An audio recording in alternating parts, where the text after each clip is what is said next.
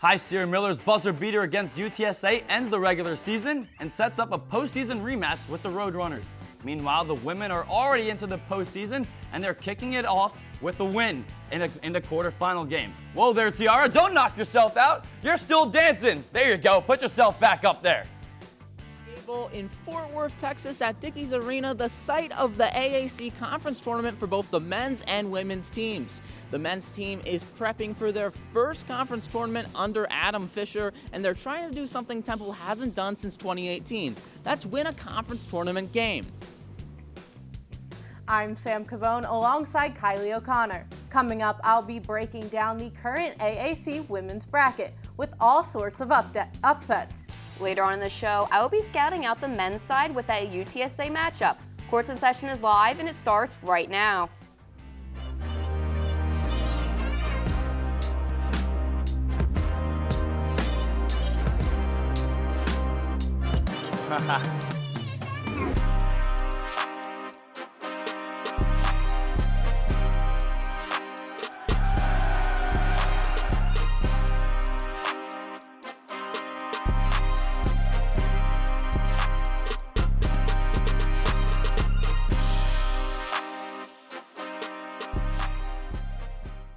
Welcome back to another edition of Courts in Session with a jam-packed show today. I'm Hayden Bandel. And I'm Natalie Koranda, sitting in for Jake Gabel, who has found a home in the Lone Star State. Jake is covering both the men and women's tournament for us, and we will hear from him again in a couple of times over the next 30 minutes. So let's start in Fort Worth and a marathon. The Owls finished the regular season at 13-5 in conference. This record was tied for the league title, but thanks to some unfortunate upsets and tiebreakers, the Owls ended with the 3 seed and a spot in the quarterfinal. Their first opponent, the Tulane Green Wave, was the 14 seed. Tulane came in having already won 2 games in 2 days to earn their matchup with the Owls. This game started on Monday night, but didn't end until Tuesday morning. Buckle your seatbelts because we are in for a long ride. Temple swept the season series from the Green Wave, but that doesn't stop Kyron Whittington from getting the scoring started. But on the next possession, it's Aaliyah Nelson who returns the call. Those were the only threes hit by those 2 individuals for the remainder of the game. Now to the second half, Tiara East running the floor, and she finds Tariana Gary, who sinks the 3 for the Owls' first points of the half. Grattini puts some Italian sauce on that pass for Whittington. Now to the end of regulation in a tie game. Tiara East gets fouled, and the second team All-AAC guard is going to hit both of her 2 free throws to give Temple a 2-point lead. Now, with under 10 seconds left in regulation, Whittington defended by Tucker, and she draws a double team, and East gets called for a foul, and she cannot believe it. Whittington made a career-high 10 free throws, and these sent us to overtime, where she tacked on some more to put Temple down by 2. Now, Temple with the ball. East literally has 3 defenders swarming her, but you know what? Still doesn't matter. She ties the game. Let's go to double OT. Whittington draws multiple defenders, but don't forget about Amaya Mabry, who somehow gets this shot to fall. Then East gets fouled on the other end, and she sends us to, yes, a 3rd overtime.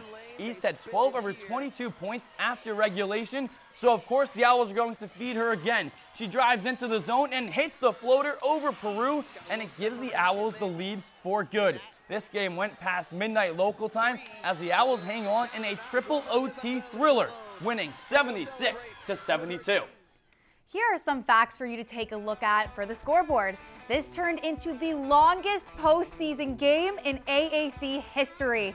It's also Temple's longest game since 2016. The Owls win their 20th game of the season, and they are into the conference semis for the first time since 2017. Temple is heading to the semifinals to take on 10th-seeded Rice, who upset 2nd-seeded North Texas earlier on Monday. As mentioned, Courts in Session host Jake Gabel was courtside for Temple's marathon win. He has our breakdown and post-game reaction from the Owls. Hey, Jake. Thanks, guys, and wow, that was a crazy game from the women's team down here in Texas. Their first game, Tulane's 3rd game in 3 days, and they get to play a triple overtime game bad luck for Tulane, and you saw it at the end. Tulane starting to break down. I mean, they were giving it their all, but Temple had that advantage, and they came in as the 3 seed, but it was a very close and even game, and that's just how March Madness goes. And we heard Coach Richardson talk about that after the game. Well, it's March Madness, and everybody brings their A game to March Madness, and to see them with a lower seed and win 2 games back to back, that says something about them. And so they came in here with the intention on, winning 3 in a row. And it was a tough battle, but, we are here to win 3 in a row too, so. Now remember, the Owls are not done. And by the Owls, I mean the Temple Owls, because they're playing the Rice Owls in their next game in the semifinals. It's going to obviously be a big one, and the winner will go to the championship. But they have some things they need to clean up. The team shot 33% in the win against Tulane. They took more shot attempts, 80 attempts, than points they scored in 3 overtimes, 76 points. I've seen them score more points in a regulation game. So Temple's offense needs to find a way to get together, and we saw them at practice earlier in the week, and they've been working on it, but they pride themselves on defense. That was strong, and they need to keep it going for the rest of the tournament. Guys, it's back to you in the studio. Thanks, Jake. Let's preview this semifinal matchup between the 2 Owls. In their lone matchup with Rice, Temple won 75-66 and were led by the shooting from downtown from Tariana Gary and Tristan Taylor, who were a combined 9 of 9 from three-point land. For Rice, Malia Fisher led the charge, pouring in 24 points, which at the time was a new career high. The Owls just go through the quarterfinals as the 3 seed, but the number 1 and 2 seeds were not as lucky. Let's go over to Sam Cavone at the studio set to give us an update on those bracket busters. Hey, Sam. Thanks, Natalie. It has been an action-packed few days. This women's tournament kicked off on Saturday with a handful of play-in games. We started with 14 teams. Now we just have 4 remaining. The upsets started early. In the second round, 2 double-digit seeds won their games, with number 10 Rice and number 14 Tulane advancing. The biggest upsets came in the quarterfinals on Monday. Number 9 ECU defeated number 1 Tulsa. The Pirates won by just 4, but led almost the entire way. Not to be outdone, Rice took down the number 2 seed in North Texas in a 2-point nail-biter. Moving on to the 2 other games in the quarterfinals, UTSA hung on against South Florida and will now face ECU in the semifinals. In the main event, the Owls played well into the night and early morning, holding off the 14th-seeded Green Wave. The semifinals tip off on Tuesday at 7 p.m. with ECU and UTSA in Game 1. Then, all of those Owls are back at it at 9 o'clock. The Rice Owls and Temple Owls face off in Game 2. The winners are on to the finals on Wednesday. That's all I have for right now. Reporting from the studio set, I'm Sam Cavone. Natalie and Hayden, back to you. Thanks, Sam. While the women's tournament is well underway, the men are just getting started. We will take a look at the Owls' last 2 matchups in a bracket update. See you in 90 seconds.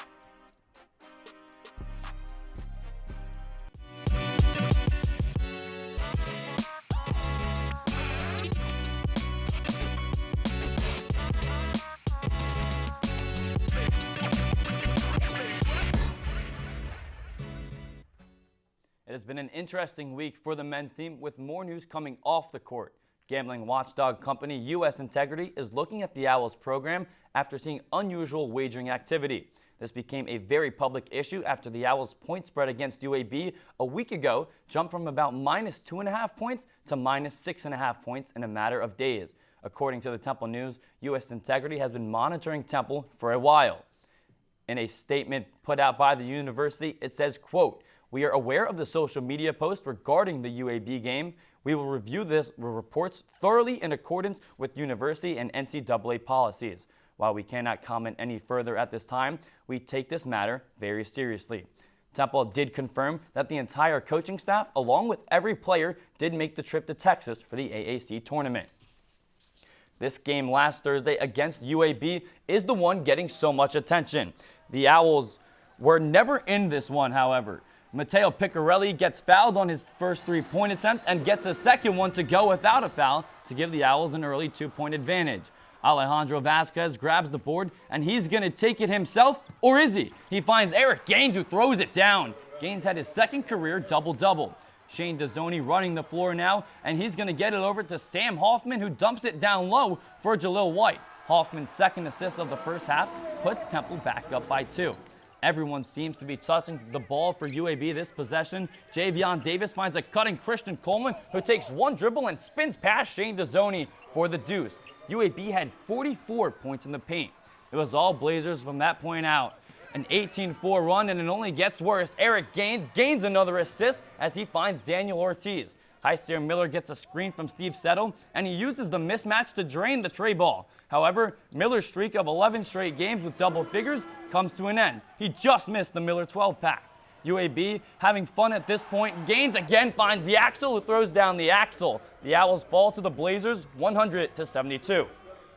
And here are the stats. Despite the loss, Zion Stanford showed one of his best games offensively and also broke a personal record with a career high of 20 points. Jalil White was behind him with 11 and had a team high of 5 rebounds. Both Heisier Miller and Shane Dezzoni totaled 8 points, and the Owls connected on 56.5% of the shots in the second half, but the Blazers still came out on top. But first, a few days later, the regular season finale on Sunday against Texas San Antonio. Starting off with a bang, Sam Hoffman sinks 3 of his 12, getting the Owls on the board. The senior was 4 of 4 from downtown. UTSA's Dre Fuller Jr. snatches a pass from Christian Tucker and puts in 2 of his 10 as they trail closely. Now 6:40 left in the first. Temple up by 2. UTSA's Jordan Ivy Curry misses and crashes on the landing, but Carlton Lingard Jr. grabs that for 2. The first ended with the Owls trailing the Roadrunners 45-39. And in second, PJ Carter sends the ball in for 3. Temple takes that ball back to the end and takes some time here. Miller gets it to Stanford. Hoffman catches the pass from Stanford, gets it to Dezzoni, who finally scores 2 of his 15. Going now straight into the last 2 minutes of the game, the Roadrunners are hungry for a lead, and PJ Carter puts in another 3 to get the tie. And in the last 5 seconds of the game, the Owls have one more chance. Heisier Miller throws up a fadeaway, and it sinks. The Owls claw their way to the win. The final score, 84-82. Miller and Riley each totaled 16 points, and Steve Settle matched a career high with 4 blocks. Sam Hoffman went 4 for 4 from downtown as Temple completed its largest comeback win of the season after being down 13. For UTSA, PJ Carter had a career high 27 points off the bench, including going 6 of 7 from beyond the arc. Even though the men finished the season winning 4 of their last 6, the Owls still ended with the 11th seed in the 14-team AAC, and they've got a rematch. Yeah, the Owls are slated to play the 14-seeded Roadrunners. Yes, the same team Temple took down over the weekend. Jake Gabel is back in Fort Worth with the men's first-round Wednesday preview. Hey, Jake. Thanks, guys. The men's team is gearing up for a 3rd game against UTSA on the season and a back-to-back one after a Heisier Miller buzzer beater, and now playing them in the conference tournament as the 11th seed. Now, Temple played really good in these games offensively. The 2 games prior, they scored 80 points or more in both of them. They only did that 6 times during the season, and that's saying something because 2 of those obviously came against wins against the Roadrunners. Also, Temple shot really good from deep in both games. 48% in one game and 38% in the other. That's way above their season average of 31, so they're going to have to keep the 3-point shooting going. Now, on the UTSA side, UTSA has been the better rebounding team, not only on the season, but also in these 2 matchups. So Temple's going to have to look in that area a little bit more and maybe try to get bigger minutes out of their bigs. Also on that note, a little bit more of physicality. UTSA has been getting more free throw attempts as well, so Temple either has to stop fouling or drive on offense more. But hey, these games have been close. It's the 3rd time they've been playing, and it's in a conference tournament game. Expect this game to be close. Guys, it's back to you in the studio. Thanks, Jake. Let's take a look at the full picture. The first round of the tournament starts on Wednesday afternoon and wraps up Sunday with the title game. The winner of the AAC gets that automatic bid to the NCAA tournament. So starting on this side, the team that wins the matchup between Temple and UTSA this Wednesday will play 6-seed SMU. That winner will then go on to play 3-seed Charlotte on Friday. But remember, the top 4 seeds get the 2 byes right to the quarterfinals. And number 7 seed North Texas will play Tulane on Thursday, and the winner move on to play number 2 Florida Atlantic also on Friday. Now looking at this half of the bracket, 12-seeded Rice will play the 13-seed Wichita State Shockers. The winner of that game will play the 5-seeded Memphis, and the winner of that game will play the 4-seeded UAB Blazers. Then the 8-9 matchup, ECU versus Tulsa. That winner will play South Florida, and the winner of these 2 games will play each other in the semifinals. We previously scouted out the men's matchup versus UTSA from last weekend and how they fared. But now Courts and Sessions' Kylie O'Connor is scouting a particular Roadrunner that we will see in the sequel. She joins us at the studio set. Hi, Kylie. Thanks, guys. We are back again with scouting reports, but this time it's about one player. One standout player for the Roadrunners I want to spotlight is their guard, PJ Carter. This is Carter's first season with the Roadrunners after not playing at all last year. He is averaging less than 10 points per game this season, but against Temple, he's averaged 20 points per game. Carter also had his career-high points, minutes, and 3-point field goals made against the Owls in their most recent game this past Sunday. He had 27 points, and he was 6 for 7 in 3-point field goals in his 30 minutes of play time. Although Carter has the potential to be the game changer, I still think the Owls will come up top on Wednesday's game. Now, Hayden, what have you noticed in these 2 games against Temple and UTSA? Yeah, I think the main difference is Temple offensively. They've been a lot more efficient. Even when we look at the turnovers, this is a team that averages 10 turnovers per game. In the 2 games combined against UTSA, just a total of 8 turnovers. So they've been very good.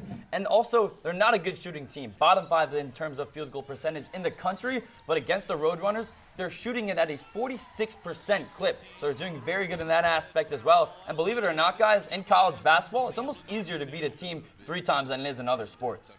So going back, looking at some stats, UTSA has won 7 of 11 total wins at home and 4 away wins, and the last 2 of their wins were on the road.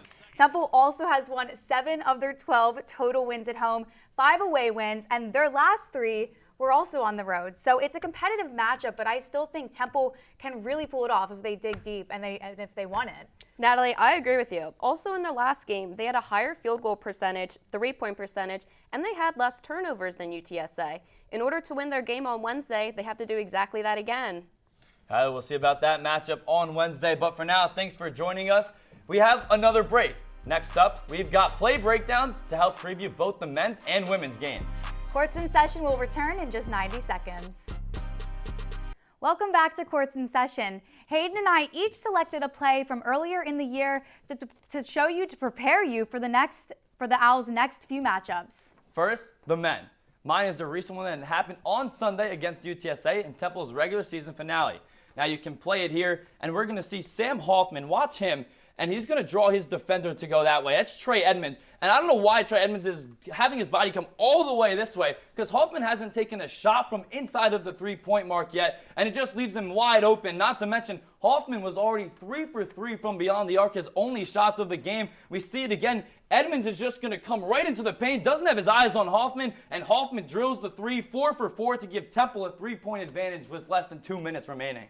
Now, for my play, this one was just the other night against Rice, or when the women's matchup with the 9th-seeded Rice and the 2nd-seeded North Texas. Rice walked away with the win and will now go on to play Temple. You could see number 5, Destiny Jackson, starts the disruption and pickpockets Samara Duncan and White, and Emily Clayton picks up the pieces and gets an easy transition bucket. That's 2 of Rice's 16 points off of turnovers in this game. Transition offense played a big role in Rice's success in this matchup, and these Rice Owls will need the same production if they want to pull off another upset against those Temple Owls.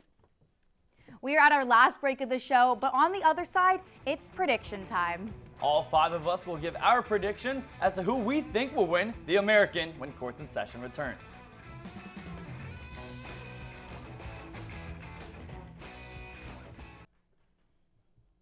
Courts is back in session. We all have our opinions as to who we think will take it all in the conference tournaments. 5 predictions. We should wager a Richie's coffee on this one, but it's all for fun.